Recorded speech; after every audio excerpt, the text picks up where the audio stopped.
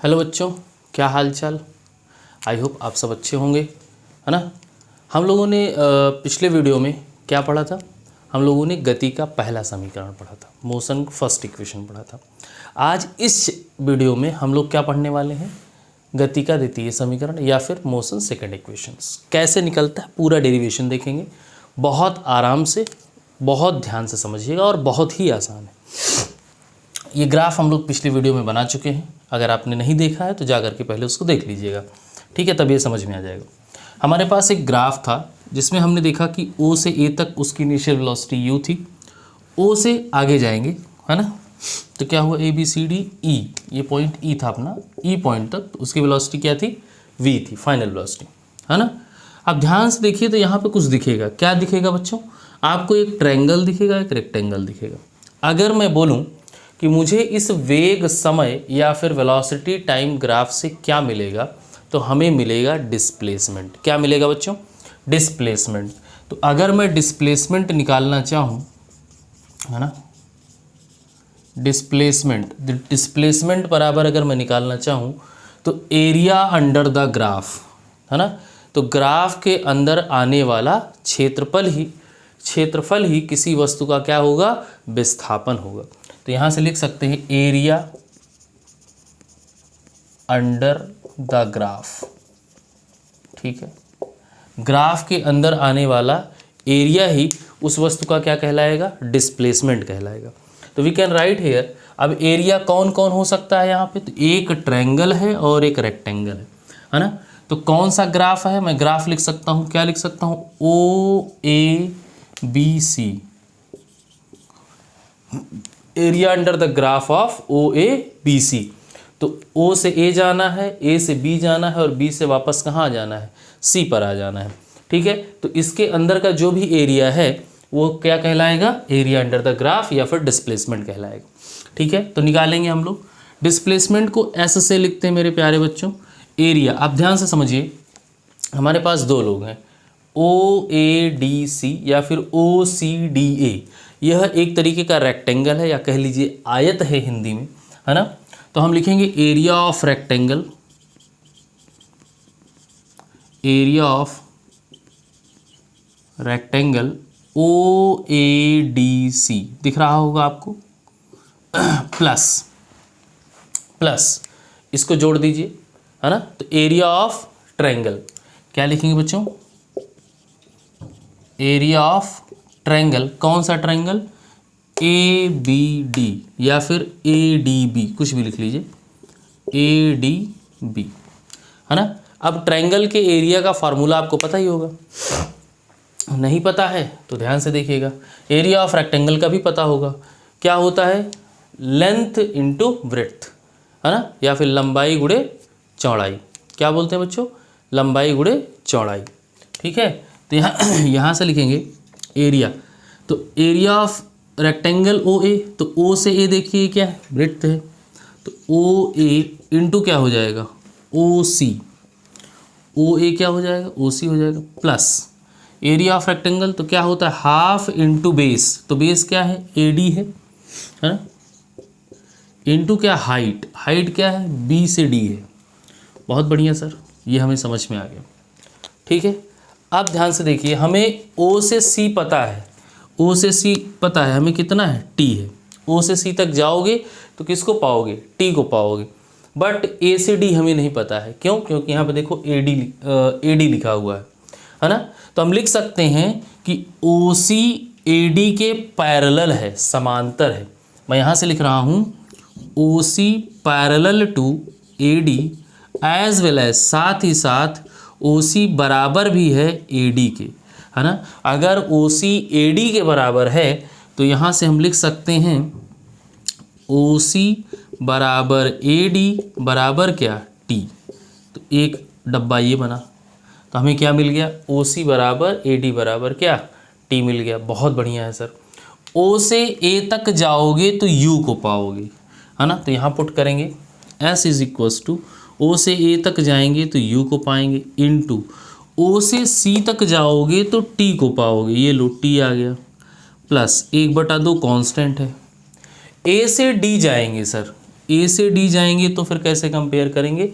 यहाँ पे देखो ओ सी बराबर क्या है, ए डी है, और ए डी बराबर भी क्या आया है, टी आया है। तो यहाँ पे हम क्या पुट करेंगे, टी पुट करेंगे इनटू बी डी क्या है सर, बी डी, बी से डी क्या है। अब ध्यान समझिए, बी से डी अगर हमें निकालना है तो ए से ई निकालना पड़ेगा। क्या निकालना पड़ेगा, ए से ई। बहुत ध्यान से देखिएगा, ए से ई निकालने के लिए या ए ई बराबर है ना, यहाँ से ओ से ई तक की डिस्टेंस कितनी है या वेलोसिटी क्या है, वी है, और ओ से ए तक यू है।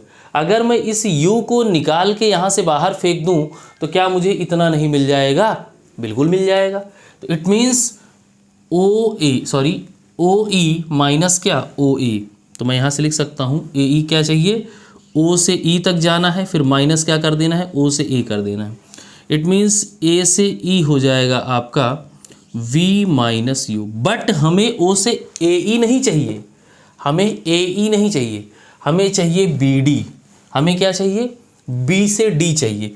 तो यहाँ से आप देख सकते हैं कि बी डी जो है ना, बी डी क्या है, पैरेलल है ए ई के, है ना। बी डी किसके पैरेलल है, ए ई के, और साथ ही साथ बी डी बराबर भी है किसके, ए ई के, है ना। तो यहाँ से बी डी बराबर है ए ई के, तो यहाँ से हम लिख सकते हैं v माइनस यू, है ना, v माइनस यू। ठीक है। अब इसमें हम लोग करेंगे काम, क्या करेंगे, ध्यान से देखिए। अब अगर मैं इसमें t से भाग दे दूं और t से गुणा कर दूं, अभी इस इक्वेशन की सेहत पर कोई असर नहीं पड़ा। मतलब मैंने आपको 10 रुपये दिया और 10 रुपये एक हाथ से दे करके दूसरे हाथ से ले लिया, है ना। तो आपके पास जितना पैसा था पहले उतना ही है, ना तो बढ़ा ना तो घटा। तो सेम इस इक्वेशन के साथ हो गया, मैंने t से मल्टीप्लाई किया और t से ही डिवाइड कर दिया। इसका मतलब क्या हुआ, सेम कहानी। इसको सिंप्लीफाई कर देंगे तो s बराबर आ जाएगा यू टी प्लस कितना, हाफ। अब ध्यान से देखिए, इनको पहचानते हैं, एक बार थोड़ा सा अरेंज करता हूँ मैं। v minus u upon t, ये और t दोनों मल्टीप्लाई होकर बनेंगे टी स्क्वायर। इनको पहचानते हैं, पिछले वीडियो में इन्हीं का प्रूफ किया गया था। ये कैसे आते हैं, तो पहला समीकरण यही तो है, final velocity minus initial velocity upon क्या, टाइम। तो क्या कहलाता है बच्चों, एक्सीलरेशन कहलाता है। क्या कहलाता है, एक्सीलरेशन या फिर त्वरण कहलाता है। तो यहाँ से आप निकाल सकते हैं बहुत आसानी से, s बराबर यू टी प्लस क्या, हाफ। इनको पूरा का पूरा इनको पहचानते हैं, इनका नाम क्या है, स्मॉल a है। तो इसकी जगह आप क्या पुट कर देंगे, a इंटू क्या, टी स्क्वायर। ये आ गया द्वितीय समीकरण। ठीक है। तो हमारा जो सेकंड इक्वेशन आया वो क्या आ गया, s बराबर you t plus half a t square. ये है हमारा सेकंड इक्वेशन। ठीक है। अगर आपको ये बहुत अच्छा लगा हो और आसान लगा हो कि सर ऐसे भी हो सकता है, बहुत आसान हो सकता है, यहाँ पे आप लिख सकते हैं कि t से मल्टीप्लाई और t से डिवाइड करने पर, ठीक है। तो ये हमारा रहा गति का दूसरा समीकरण। इस पे बहुत ही अच्छे अच्छे प्रश्न बनते हैं। ठीक है। तो आई होप आप लोग को ये समझ में आया होगा बहुत आसानी से। ठीक है। ये टर्म्स याद रखिएगा, बहुत हेल्प करेगी तीसरे वाले को सॉल्व करने में। तो मैं इसको इरेज नहीं कर रहा हूँ, तीसरे वाले को ही सॉल्व कर दे रहा हूँ यहाँ से। ठीक है। बहुत आसान हो जाएगा। चलिए तीसरा वाला इक्वेशन। अच्छा हाँ, अगर वीडियो अच्छी लगे ना थोड़ा सा लाइक वाइक कर दिया करो यार, हमको भी मोटिवेशन मिलता है और आप लोग तो मेरे लिए है ही हैं, है ना। तो यहाँ द्वितीय की जगह तृतीय लिख देंगे, यहाँ सेकंड की जगह थर्ड लिख देंगे। ठीक है। अगर आप लोग थोड़ी सी मेरी हेल्प कर देंगे, हेल्प का मतलब क्या है, सिंपल सी बात है, आप लोग क्या करना है, आप लोग को कुछ नहीं करना है ना। गति का तृतीय नियम,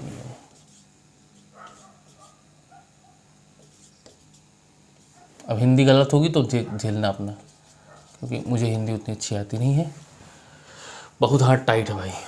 ठीक है। आप ध्यान से देखिए, यहाँ पर अगर मैं बात करूँ, ठीक है, अगर मैं बात करूँ तो एक ये क्या है, ट्रेपेजियम है। ये एक क्या है, ट्रेपेजियम है। अगर इस लाइन को हटा दूँ तो एक ट्रेपेजियम दिखेगा। क्या दिखेगा बच्चों, ट्रेपेजियम दिखेगा। ठीक है, जिसको समलंब भी कहते हैं, जिसको क्या कहते हैं, समलंब। ठीक है, अगर एक समलंब दिख रहा है तो S बराबर, है ना, तो उसका भी निकालेंगे क्या, विस्थापन, है ना।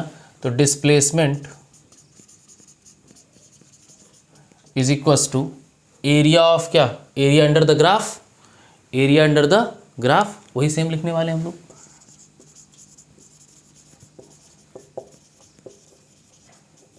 कौन सा ग्राफ, OABC। ठीक है, OABC।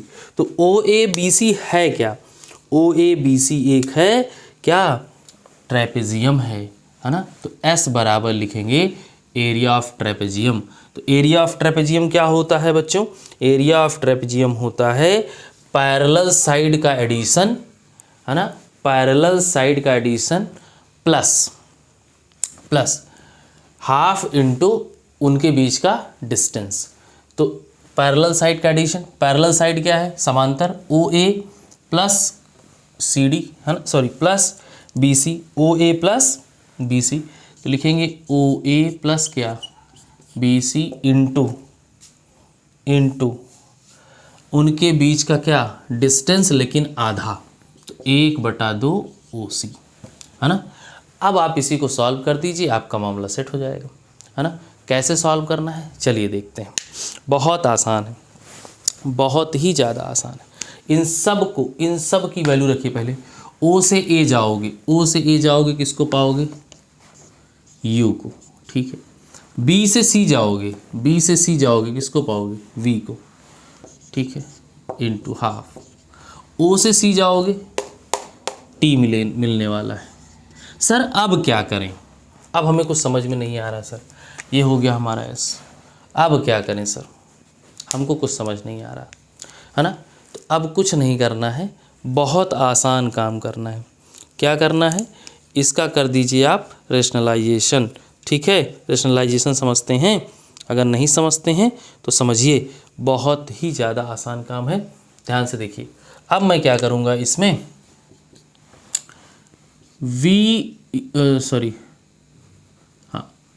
V माइनस यू से मल्टीप्लाई, V माइनस यू से डिवाइड, और साथ में T से मल्टीप्लाई और T से डिवाइड। ठीक है सर, ये क्या कह रहे हैं आप, सर आप कुछ गलत कर रहे हैं, 100% सर आप गलत कर रहे हैं, और मेरी बात आप मान नहीं रहे हैं। सर आपका क्वेश्चन गलत हो जाएगा, मैं नहीं जानता हूँ, फिर आप समझिएगा, मुझे कुछ नहीं पता है। चलिए अच्छा ठीक है, एक जुगाड़ लगा देते हैं, ये भी निपटाओ, ये भी निपटाओ, एकदम आसान काम बता दे रहा हूँ, ये नहीं करना है तो। ठीक है, अब आपको पता है A बराबर V minus u upon T होता है कि नहीं होता है। अब यहाँ से T की वैल्यू निकाल लो, तो T बराबर क्या, V minus u upon A लिख सकते हो कि नहीं लिख सकते हो। अरे सर, तो सर चौका लग गया सर, इसको उठा के यहाँ पर रख दो। तो S बराबर क्या हो जाएगा, U plus V into half into क्या, V माइनस यू अपॉन क्या A। ये लो, T गायब हुआ, T गायब हुआ, ये सब यूज हो चुके हैं। ठीक है, T गायब हुआ कि नहीं, और अगर T गायब हो गया बच्चों तो हमें T ही तो नहीं चाहिए था। ठीक है, ध्यान से समझिए। तो हम क्या, इसको एक साथ लिखो, तो S बराबर लिख सकते हो V प्लस यू, इसको मैंने उल्टा कर दिया, U प्लस V लिखो, V प्लस यू लिखो, बात देखिए, into V minus you into 1/2 और साथ में A। ठीक है, बहुत ध्यान से देखिएगा, ये है फॉर्मूला, जानते हो क्या, A plus B A minus B, तो क्या लिखते हो, A square minus B square, यही फार्मूला यहाँ लगा देते हैं। तो क्या हो जाएगा, S बराबर V square minus you square into 1 upon क्या 2A, है ना। तो यहाँ से लिख सकते हैं S बराबर V square minus you square, multiply में नीचे आ जाएगा 2A। तो S की वैल्यू कितनी आ गई, V square minus you square upon 2A। But ये आपकी पाठ्य पुस्तक या फिर किताब या फिर नोट्स या फिर किसी भी चीज़ में ऐसा नहीं लिखा गया, ऐसा लिखा कुछ ऐसा गया, इसको इधर भेजो तो हो जाएगा 2AS बराबर V square minus you square. Sir ऐसा भी नहीं लिखा गया है, माइनस यू को इधर भेजो, सर ऐसा लिखा गया है V स्क्वायर बराबर u square plus 2AS। Sir ये हमारी किताब में लिख के आया है। हाँ हाँ सर यही लिखा है, यही लिखा है, बिल्कुल यही लिखा है मेरे प्यारे बच्चों। तो ये आता है यहाँ से, ठीक है। तो ये रहे हमारे गति के तीनों समीकरण, है ना। आई होप आप लोग को पसंद आया होगा, अच्छा लगा होगा वीडियो, है ना। और वीडियो अच्छी लगे तो यार लाइक वाइक कर दिया करो, सब्सक्राइब भी कर दो। इसमें सोचने वाली बात क्या है, इतनी मेहनत से पढ़ाते हैं हम आप सबको, है ना। और अगर इतनी मेहनत से पढ़ा रहे हैं तो कुछ सोच के ही पढ़ा रहे होंगे ना। इतनी मेहनत क्यों की जा रही है आपके लिए, कुछ अच्छा करने के लिए ना, कि आप अच्छा कर जाओ, आपका रिजल्ट अच्छा आए, आप आगे बढ़ें। लेकिन आप लोग करते नहीं हो यार, ये बहुत गलत बात है, ठीक है। तो तीनों समीकरण को मैं एक जगह लिख रहा हूँ, है ना। तो यहाँ से हम लोगों ने समीकरण का पूरा समीकरण सेट कर दिया, है ना। समीकरण का पूरा समीकरण हम लोगों ने सेट कर दिया है, ठीक है। तो हमारे पास तीनों समीकरण आने वाले हैं, मतलब आ गए हैं। तो ये है फर्स्ट हमारे पास क्या था, a बराबर v minus u upon t, ये हुआ फर्स्ट। सेकंड क्या था, s is equals to u t plus half a t square. Third क्या है, v स्क्वायर बराबर यू स्क्वायर प्लस 2as। इन तीनों से बहुत ही बढ़िया, बहुत ही अच्छे प्रश्न बनते हैं, ठीक है। अगर आप इन तीनों को यूज करना नहीं जानते हैं तो अगले वीडियो का इंतज़ार करिए, क्योंकि अगले वीडियो में हम लोग इन तीनों का उपयोग सीखेंगे। इट मीन्स प्रश्न करेंगे, क्वेश्चन करेंगे, ठीक है। और क्वेश्चन ऐसे क्वेश्चन होंगे जो आपसे बनते नहीं हैं, आप लोग ट्राई करते हो लेकिन बना नहीं पाते हो, है ना।